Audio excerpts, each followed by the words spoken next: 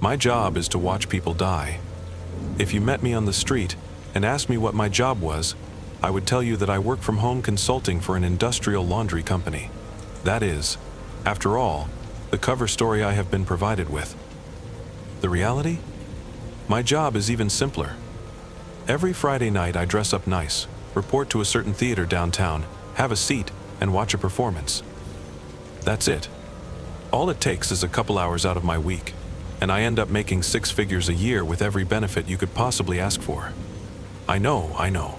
It sounds too good to be true. Pretty much anybody on the planet would kill to have a job like mine. At least, perhaps, until they find out just what kind of performances I'm made to attend. Before I start, though, I need you to keep in mind that I'm a good person. I donate thousands to the Rainforest Fund out of every paycheck, and me and my kids volunteer at the food bank weekly. I'm a devout believer, and I'm going to heaven when I die. After all, I, myself, have never hurt anybody. Never raised a hand to injure any living soul. How could you possibly call me a sinner, when all I ever do is watch? It started about 3 years ago when their job offer found me when I was at my most desperate. All I was told was, every Friday night, I would attend a performance at my city's fanciest theater. That was it. I was baffled at first. What the hell do I know about theater or ballet or orchestras? Had they gotten me mixed up with some big-shot critic? During our talk on the phone, however, they politely reassured me that no critical ability would be required. All we ask, they said, is for you to be there to bear witness. Everything about it screamed scam. But I figured, what the hell? Worst case scenario. I listen to a pitch for some MLM or timeshare, politely decline, and then walk out with some pocket money. I was baffled when I pulled up to the theater. Dozens, maybe even hundreds of people were streaming in, all in nice suits and gorgeous gowns. I'd thrown on the fanciest clothes I could afford, yet I still felt severely underdressed. The theater was totally rented out by my employer, and only my fellow coworkers were allowed in. How much could it have cost to hire such a massive crowd just to attend this one performance? Who could possibly bankroll something like this? I tried to empty my mind and simply merge into that human tidal wave flowing through the doors. Every staff member was dressed in a refined all-black suit with black tie and undershirt, to the point they seemed to darken the air around them. Each wore a white comedy mask, the neoprene stretched into a grin of perpetual laughter, which struck me as almost mocking. They demanded that we hand over all electronic devices, even patting us down and running a metal detector over us. Then they reminded all attending not to leave their seats under any circumstances during the performance, recommending we take bathroom breaks before the show started, and to remain quiet, and to keep our eyes open. They kept repeating the same mantra: no distractions, no diversions, no lapses in concentration. Remember, you are here to bear witness. If I'd been alone, I would have left right then and there. There was a tickling in the back of my brain, some primate part of me screaming that there was something terribly wrong here. But mob mentality is a hell of a thing. Everybody else seemed calm, nonplussed, handed their phones over without a fuss. There were a few holdouts, probably other newbies like me, but eventually they too relented. If everyone else is going along with it, I figured, why shouldn't I? Who wants to be the one, single paranoid bastard who missed out on an easy paycheck, stepping into a gorgeous theater like something out of 3 centuries ago? I was most struck by the make of the stage. It looked like the back action of a piano, strange levers and mahogany hammers looking like fingers manipulating countless lines of piano wire, some over a dozen feet long. All the taut wires stretched in bizarre formations across the stage reminded me, somehow, of a spider's web. I could not fathom a machine so complex, yet with such little apparent purpose. The nature of the performance always varies. Sometimes it's a work of Shakespeare, a ballet, an opera, hell, even a puppet show. That day, it was a concert featuring a small chamber orchestra of around 35 students. It looked like young and inexperienced, with a nervous air about them, as if this was their first time performing before such a crowd. Mostly a string section, plus one of each woodwind, and just a couple each on horns and percussion. The conductor was one of the staff members in the comedy masks. I was baffled. Who would put forward this much cash just for a small, green orchestra to play in such a massive, prestigious venue? One of them must be a billionaire's kid, I figured. It was the only explanation. This, I've since realized, is always the best part. The beginning of the performance, when you can, if you try, lose yourself in the display and pretend everything is okay, that it's all normal. It was best on those lucky days when the performers on stage were completely unaware of just what sort of danger they were in. That always makes it easier for everybody. On that first day, I was as oblivious as they were, and simply enjoyed the music. Maybe some snob of the orchestral arts would hear their amateurish mistakes, but to my untrained ear, they sounded just fine, pleasant even. But one question began to worm its way into my head, a small nagging at first which crescendoed into a hammering on the inside of my skull. How much time has passed? At a certain point, I suspected the intermission was long overdue. But there were no windows, and I had to part with my electronic wristwatch at the door, so really, getting any sense of time was impossible. I dismissed it as my lousy attention span at first. But eventually, others began taking notice. No one dared speak, but among the fellow newbies, I noticed furrowed brows and sideways glances, confused and concerned.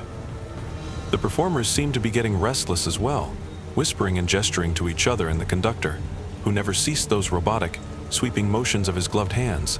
It must have been 2 hours by then, if I had to guess, and they were starting to look exhausted, dehydrated. Some even looked as if they were about to quit playing, continue performing. In a moment, all of the piano wire loudly reverberated and stretched taut with the movements of those mechanical contraptions on stage, as the whole thing bristled and tensed as though it were a living thing. And that voice, cracking like thunder, seemed to emerge from the stage itself with a mechanical roar like the grinding of metal on metal. That seemed to frighten them into submission for a while. It wasn't until a half hour later that my life changed irreparably. They'd been playing a quiet sonata, so everybody could hear the sudden furor ting, accompanied by a pained yelp. My eyes leapt to one of the violinists. One of her strings had broken and happened to snap her right in the eye. It could see the streak of scarlet bifurcate her pupil, before the emerging blood replaced the entire eye with a thick redness. She stood, clutching a hand over her eye and blindly grasping with the other, gesturing toward medical help. And as she did so, that strange lattice of levers and hammers and pulleys all roared and clacked to life, like a bear trap being sprung. The machine's efficacy was just as sudden, just as brutal. Those clockwork edifices moved like a pair of robotic arms, aiming a wire for her neck, as if trying to garrote her. But they moved at such a speed that the wire seemed to pass through her, like she wasn't even there. For a moment, she seemed fine, unaffected, as if nothing had happened at all. And then, things began to fall off of her. Her head, severed at the neck, alongside the hand she'd been holding over her eye, and the very fingertips of her other hand with which she'd been grasping a little too high. All had been cut cleanly, with surgical precision. Time seemed to slow as they all went clattering wetly to the floor, and the girl's body soon followed, as if it took a few moments for gravity to set in, or, perhaps, for her body to realize she was dead. It happened so fast, it was hard to be properly horrified. It was more like awe, maybe. Everybody stared at the chunks of meat that had once been a promising young woman with hopes and dreams. That spiderweb of wires was still rumbling and shaking all around them, and the mechanical voice roared once more, "Continue performing." They were given no further warnings. A few of them jumped from their seats out of sheer instinct, not even thinking. None of them made it more than a step before the wires divided them in twain. The rest just kept playing exactly as they had been, as if their brain froze up at what they'd witnessed and simply ran on autopilot, until their faculties slowly returned to them, and they realized that this instinct had saved their lives. Where once beauty filled the room, now the orchestra had been reduced to a discordant sound like a long, shuddering whine, like a mocking parody of music.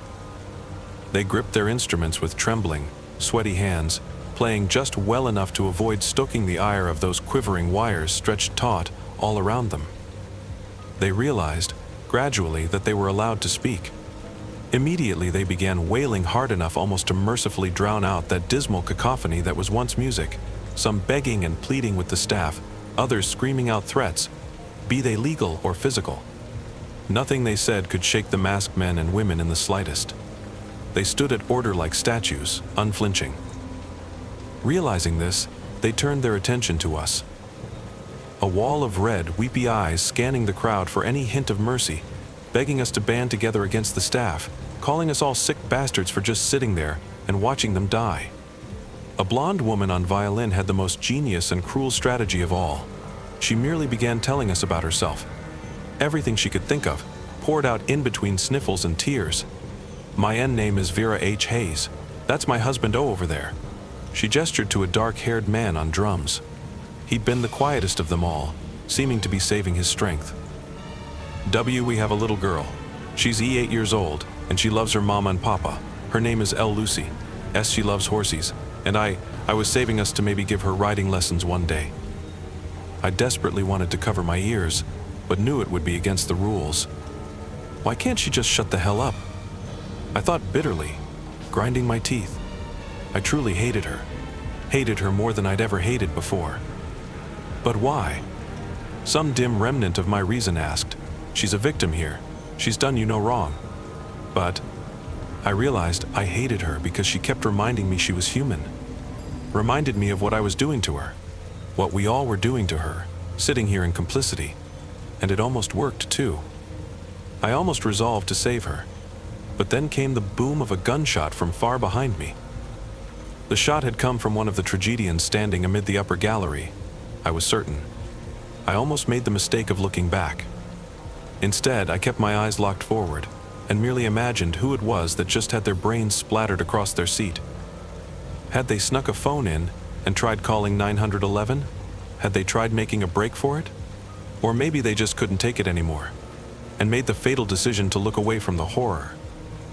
I tried to distract myself by studying the impossible mechanism animating the blood-soaked piano wire.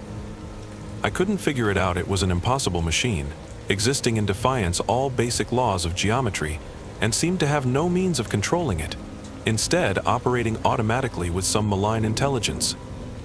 Perhaps it was an extension of whatever creature composed the stage itself. It was a living thing, of that much I was certain. It breathed beneath the performers, and their blood soaked into its floorboards in moments, as if consumed. After some hours, the orchestra had gone quiet, having screamed themselves hoarse. I couldn't imagine being in their shoes. Even just watching them perform was a test of endurance. Many of them were oozing blood all over their instruments, from scarlet cuts where the skin had split. The woman on the French horn was struggling hardest of all, her lungs and hands burning with exhaustion. "I can't," she eventually cried out in a hoarse little wheeze, horn slamming to the floor as her body gave out. "I'm so sorry, I can't do any. A wire passed through flesh in an instant." And suddenly she had no mouth to speak, no eyes to see, no mind to think with. All of it lay splattered upon the stage, which sated itself upon that spilled vitae, another gunshot. I quivered in my seat, sweat beading on my forehead from the terror. Somebody in the audience had looked away, and I realized I had just been about to do the same thing, had the sudden sound not knocked me out of my stupor. Most of the performers went in similar ways, over the next few hours, either making mistakes or their bodies giving out. As monstrous as it may sound, I was quietly praying for them to get it over with. They were dead the moment that they walked on stage. Why drag it out for all these hours, just for the inevitable to happen anyway? I recognize now that it's almost impossible to make that choice, to simply give in and accept death in defiance of all our natural instincts. But the auditorium now reeked from audience members voiding their bowels, and the damn woman next to me just wouldn't stop crying, wouldn't stop at all. Vera and her husband lasted the longest of all, perhaps because they had each other. Over a dozen hours had passed, maybe even 2, and they were still playing a little duet in perfect cinch, despite everything. By now they were simply talking to each other as if nothing was wrong, as if we weren't even watched. "Baby, when we get out of here, I'm going to take you to Martha's Vineyard. I know I've been saying that for so long, but God, I wasted so much money on that stupid fucking motorcycle," he said. "Lucy's going to love it." Vera chuckled. "I don't know. It might be boring for a little girl. Isn't it all a bunch of old people up there?" He laughed weakly. "Oh, maybe in town. But you know her. Once you get her in the water, you can't get her back out. She's a natural-born swimmer, I swear. Think we'll see her in the Olympics someday? Haha." It was surreal to watch, like I was peeking in on a private conversation a couple was having in their own home. But I could tell both of them were trying to maintain some illusion of normalcy, anything to keep themselves psychologically intact as the hours pass. Even as they tried to smile and laugh, there was a quiver in their tone, a desperation, a fear of what might happen if there was a single break in the conversation. A lot of what they said was too personal to relay here. They went into old regrets, past mistakes, resolved every argument they ever had in all their years together. It was like they wanted to make sure they said everything they had to say before the end came. I think I owe them, at least, their privacy. But the husband was slowly deteriorating. He'd moved too quick, caught the symbol with his hand, leaving a wide gash along his palm that was gushing blood at a terrifying rate. Now he was getting woozier and woozier, swaying dizzily, his eyes unfocusing, his speech becoming slurred and his playing sloppy. Vera desperately tried to keep him focused. "Talk to me, baby. Think of the beach. Lucy's going to love the seashells. She'll pick her favorite and put it on that little stand in her room, with all her little trophies." She rambled on, but by the end, all he could manage was half-hearted grunts of affirmation. He was leaning in his seat, and then his drumstick went flying right out of his hand, sending a cloud of pink mist through the air along its path. And yet he kept going through the motions of playing, as if he didn't even notice. Then a sudden clarity formed in his eyes, and he stared at his empty hand in disbelief. And then the piano wire was tensing and strumming all around him. And then, in an instant, he was up from his seat and racing towards us. He knew it was over. He just wanted to strike out at the world if he could, one last act of defiance. He even locked eyes with me, and I'll never forget the look on his face. "Why are you watching this? You sick bastards. You sick, twisted." He threw his remaining drumstick, and the trajectory would have delivered it right to me. But the piano wires lacerated it in midair, slicing into it from 100 different directions until it disappeared into a cloud of sawdust. And then, they did the same to him. Vera didn't scream or sob. She just tensed and let out the tiniest little gasp, like when you're at the doctor's and know the shot is inevitable, but it still stings anyway. And then she was all alone. She looked at us like she wanted to speak, wanted to say something, to express what was happening inside her, but what was there left to say? She'd spent almost a full day screaming herself hoarse with every combination of words she could think of. None of it helped. None of it meant anything. Instead, she expressed herself through music. She began to play the most mournful, sobering solo I had ever heard, one I knew she making up as she went along, one with which she communicated those parts of herself that words could not encompass. She stared us all down, eyes red and bloodshot, making eye contact individually, as if to remind us that we were not a shapeless mass, that we were all individually responsible. I only barely remember the sound of it now, as if I'd heard it in a dream, and yet even now the memory tears at my heart. She performed for what felt like an eternity. And then, in the end, she slowly, calmly set down her violin, stood up, and took a bow. And then, she was unmade. Everyone stood up around me all of a sudden, and I was immediately caught up in it too, performing a standing ovation that dragged on and on. We screamed, shouted, cried, threw things, smashed our fists against seats, tore at our hair, laughed and danced with each other. It was the ultimate catharsis after all that silence, after a full day of holding it all in. Never before had I felt so connected to a crowd of people on some deep spiritual level. We marched out of the theater, stumbling like a procession of ghouls with blank faces and tired eyes. The staff were as polite as ever, thanking us for attending the performance and hoping that we enjoyed the show. Some were dragging the bodies of shot audience members out of the theater. As I finally emerged into the outside world, I was stunned to find it was still the same night I had entered. At least 20 hours had passed inside that theater, I was sure of it, but for the outside world, only 2 hours had passed, exactly the duration listed on their job offer. I'd never been explicitly told not to reveal what I'd seen there, and now I knew why. Nobody believed me, or worse, maybe they were covering it up. I swear to God, the police dispatcher laughed at me over the phone. I swore I'd never go back. I'd been part of something evil, something unfathomable, and it would haunt me forever. But the next year was one of constant desperation, debt climbing as job opportunities declined at equal rates. I held out for about a year, but eventually I gave in. And to my horror, the next performance was easier, now that I knew what to expect. And then the next was easier still, and the next. The performance is always different, but the end result is always the same. I have to remind myself that I'm not culpable for what they're doing there. All I do is watch. We watch people die every day. In the news and online, people suffering horrible fates, often in places our own countries help to destabilize. How are my actions any different, really? We all have to accept that terrible things happen in this world, and all we can do about them is either look away or look the horror right in the eye. Is choosing to look away more moral, or is it only more cowardly? And besides, wouldn't it be worse for them if there wasn't an audience? If they had to die there in the dark, alone? No one seeing, no one caring, no one remembering. After all, someone has to bear witness